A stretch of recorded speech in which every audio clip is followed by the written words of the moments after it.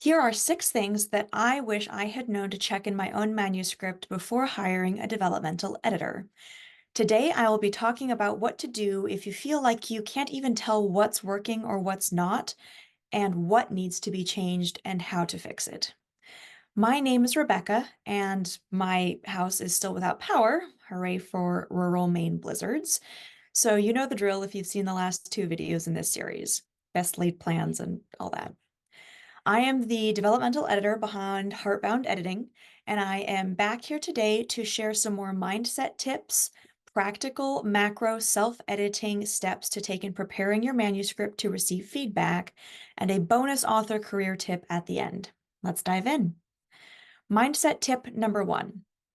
At some point in your editing process, ideally sometime after your first read or two and any major overhauls, I recommend doing another speed read, doing your best to not read as an author nor as an editor, but to just read as a reader, as if this was a book you just picked up at the library or your local bookstore and you don't know anything about it. You don't know anything about the world or the characters or the author or their intentions.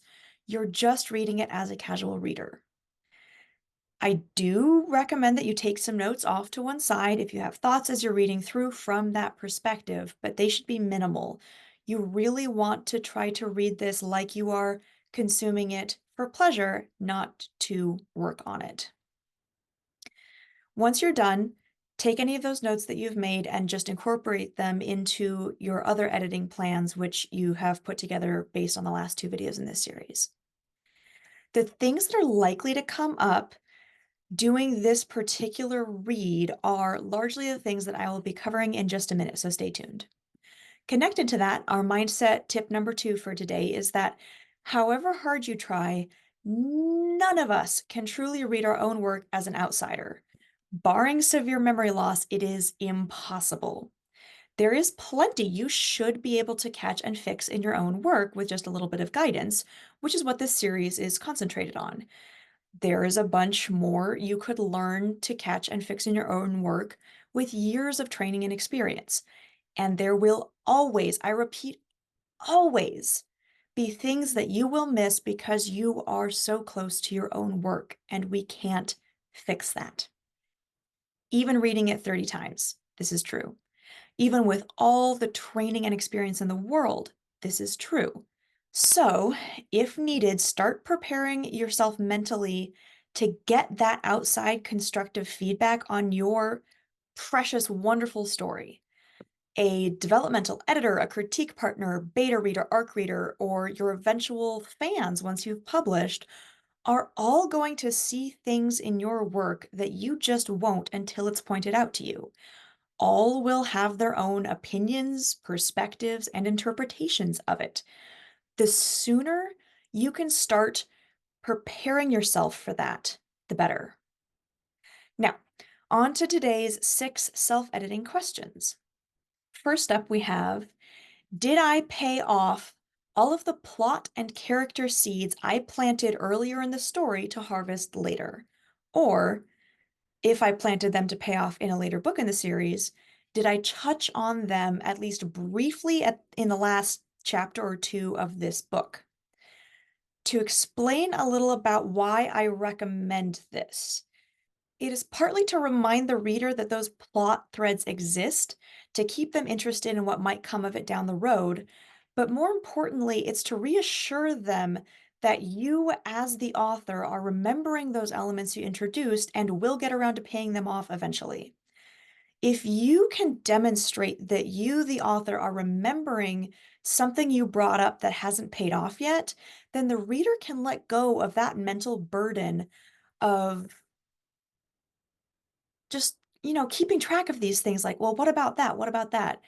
And let go and enjoy the story unfolding a lot more smoothly. Even in a series, I do recommend aiming to leave readers with a sense of, that was awesome, more than, but what about XYZ? Both are fine, but a more positive and trusting feeling as the last taste in their mouth, so to speak, is better than risking the bitterness of feeling like the author just forgot about something that they'd set up. Second question, does each scene have a core memorable event? This is pretty self-explanatory, but if you learn nothing else from this video series, I really hope it is to check and improve this one thing. If you need a bit more than core memorable event to work with, see if you can sum up every scene and or chapter in one simple sentence phrased as, this is the scene in which protagonist does blank, learns blank, or chooses blank because of blank or in reaction to blank. For example, this could be, this is the scene in which Alice gets in a fist fight because her ex came back into town and set her up for it. Something like that. That was not a great example, but hopefully you get the idea. If you can do that, and the resulting sentence that you come up with that formula isn't reaching or trying too hard, like you're really shoehorning things in so that you can meet these requirements, and that sentence is interesting enough that a random stranger would be interested in reading that chapter with nothing more to go on, then you're fine. You're set, move on to the next chapter and check it. If this test falls short with whatever scene you are testing, look at how something could go wrong for the protagonist, something could be revealed or could happen to nudge them off their equilibrium, shift the interactions to inspire more tension between characters, or have something that comes up that forces the protagonist to deal with some reactionary or poorly adjusted aspect of themselves internally. In essence, there are tons of ways to make a scene more interesting through action, interaction, emotions, stakes, and more. But when in doubt, just try to give your protagonist one meaningful, impactful choice to make in that scene or that chapter, and make that choice as hard for them to make or to act on the choice that they make as possible. Again, if you have a scene that doesn't have a core memorable event, if nothing else, make the protagonist make a hard decision or make it hard for the protagonist to enact the choice that they made. Hopefully that makes sense. The third question for you to ask yourself is, if I skip a chunk of time or movement through space at a scene break or a chapter break, is it clear to the reader when and where things are picking back up at the beginning of the next scene or chapter? Make sure that the reader knows the place, time, what characters are on set, and any other major setting details like weather or lighting as soon as you can, ideally in the first paragraph, if not the first sentence after a scene or a chapter break. This is so that they can start picturing the movie of the story that they are reading, if they are one of the people who do that, as soon as possible, rather than just consuming words as they slowly gather the needed details to do so. You want to avoid making people backfill, which I'll say a little bit more about in a second. Fourth question is very similar to this. It is the passage of time within scenes handled well around the reader's experience? Do I make it clear whenever time is passed over faster than real time? This is referring to time skipped over in the course of a scene or chapter, not at a scene or chapter break. This is often seen as sentences that zoom all the way out and cover a chunk of time, such as, it took them 4 hours to get to the hotel and another 10 minutes to find their room. Or in sentences that just pick up somewhere else than the last sentence ended, like, 4 hours later, Jane found herself wandering the corridors of a hotel with Chris trying to find their room. The thing you need to check here is that the faster than real-time passage of minutes, hours, days, or more is mentioned before the actions contained within or after that jump in time. Otherwise, you risk getting the reader backfilling, like I mentioned a minute ago, making assumptions and picturing the story unfolding one way based on the most recent information they had, and then you give them this new information too late, and they get pulled out of the story. It's a little stumbling block in the flow of the story. They get pulled out of it, and then they have to mentally go back and change how they were picturing everything that you were describing before you made it clear how much time or space or whatever had been skipped over in that sentence or paragraph or whatever. This is not ideal. Please just try to spare your readers from that. These fast forward moments, like I just gave the two examples of, can also easily slip out of your standard narrative choices around tense person point of view without meaning to.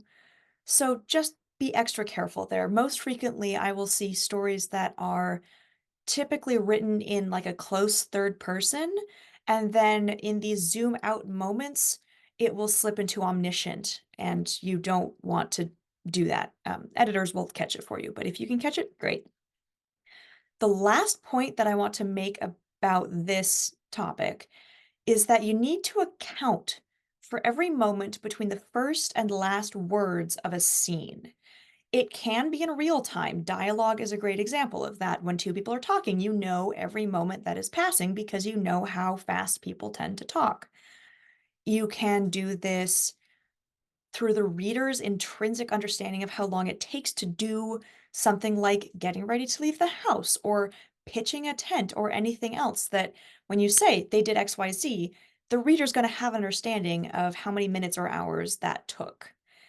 Thirdly, you can do this through the narrative voice, which was like the two examples I gave, where it says it took them 4 hours or 4 hours later, stuff like that. But you need to know the date and time that the first word of that sentence happens at. And you need to know the same for the last, and you need to make sure that you are accounting for the entire time passage in between so that you don't end up, they're at breakfast and then without explaining the time passage, they're meeting again for lunch. That's the issue that I'm trying to help you understand so that you can avoid committing it. Okie dokie. Fifth question is, am I clear about how characters get from one place to another in location jumps? Sort of like we were just talking about time jumps. You can skip over having to address some of this using scene or chapter breaks, but sometimes you just really need to mention if a horse or a car or a shuttlecraft or whatever was involved in getting from point A to point B. Like with my last point covering time, this mostly has a lot to do with maintaining the logic of a story for a reader so that they don't get tripped up and are free to only really notice the things that you want them to notice. You don't want to fall into the issue of teleporting avatars unless it's fantasy or sci-fi and they are literally teleporting, in which case you need to name that and make sure that it is built into your magic system or your tech system for that world. All right, sixth and lastly, we have a three-part question for you to ask yourself. Do each of my characters act consistently within themselves and however I designed them? Are they three-dimensional, as in having flaws, quirks, dreams, etc.? And do they avoid falling into stereotypes and tropes, especially the disparaging and harmful ones? And I do want to say that you can't avoid going into stereotypes and tropes at all. Like, there's going to be some amount of that in any character ever created, but you just want to make sure that you're not just committing 100% to a tired stereotype. This video is already pretty long, so I'm going to keep this explanation a little bit short. Trust your gut. Do research into character development if you need to. Pay attention to a character's goals, motives, and agency, and absolutely grab fun, interesting, unique mannerisms or speech patterns or interests from the people you've met in real life and just flavor your avatars with those. The bonus tip for this video is you have more control over the feedback you get on your story than you think, at least at this stage. Yes, this whole video series is about getting as much as you can out of a developmental edit, but I want to take a moment to inform or remind you that you can ask for the exact kind of feedback that you are or aren't interested in receiving and set boundaries around that if you need or want to. It doesn't matter if you are getting feedback from editors, from friends, from betas, or whoever else. You get to set the tone. When you get your sample edit done with someone, which you should be doing before hiring to work with them, ask the editor if they are willing to tailor their critique to your needs and desires, and then tell them what your top concerns are that you want them to focus on if they say yes, which they should. When sending your manuscript to friends or beta readers, provide them with 2 to 5 questions to answer at the end of each chapter, like, was it memorable or did anything confuse you? And maybe even a couple of questions that you just want them to answer when they finish the whole story, like, how did you think my character's development arc could be improved? Things like that. You have every right to figure out what feedback you want and don't want, be clear about that, and expect it to be respected. Yes, it is true that you will not have any of that control after you publish, after your book is out into the world. And you do risk missing some things by putting restrictions on the specific feedback you seek or accept. But it is better to be clear around those things and even get to publishing because the joy and life have not been sucked out of your relationship with your story by bad critique, bad feedback, than to have no guidelines, no boundaries, no requests, and not even get to that point because you lose interest. So, oh, I also wanted to say, I do want to acknowledge that not everyone's goal with their work is to win awards or to even publish or to sell 1,000 copies. This advice of ask for the feedback that you want towards your goals and set boundaries around it is especially applicable if you're doing this for yourself, if you just want your story to be as good as it can be for you. Anyway, that's it for this day 3 video in this series. Again, I am Rebecca. I am the editor-in-chief of Heartbound Editing, and thank you so much for watching. I hope that you will follow along with the rest of the series and share this with other authors so that they too can make sure that they get the most out of a developmental edit. Thanks.